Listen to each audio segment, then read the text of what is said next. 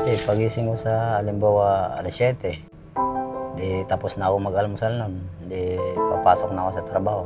Kasi ang isang araw ko lang, 250. Di ang ginagawa ko kaya nahihirapan ako mag-budget. 13 years old ako nung naiwan na sa akin yung 4 kong kapatid. Inisip ko rin na iwan ko na lang kaya itong mga to. Ipamigay ko na lang kaya.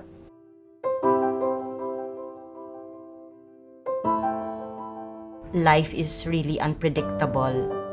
It's a struggle raising a kid when you're a single parent. Ako ang kailangan gumawa ng paraan para makasurvive sila. Pero sa hirap na ganun, hindi pa rin ako sumusuko dahil mahal ko yung mga anak ko. Nag-decide na ako na huminto na sa pag-aaral. It was really like crawling for me.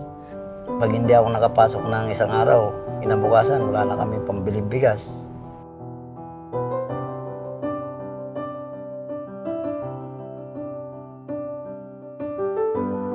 Masaya kaming magkakasama kahit na dumadaan kami sa mga struggle, sa mga mahirap na buhay talaga.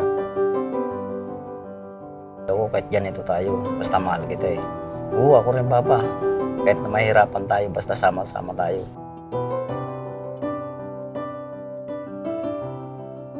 I'm a single parent. And I work hard to give him a good life and to provide for his future.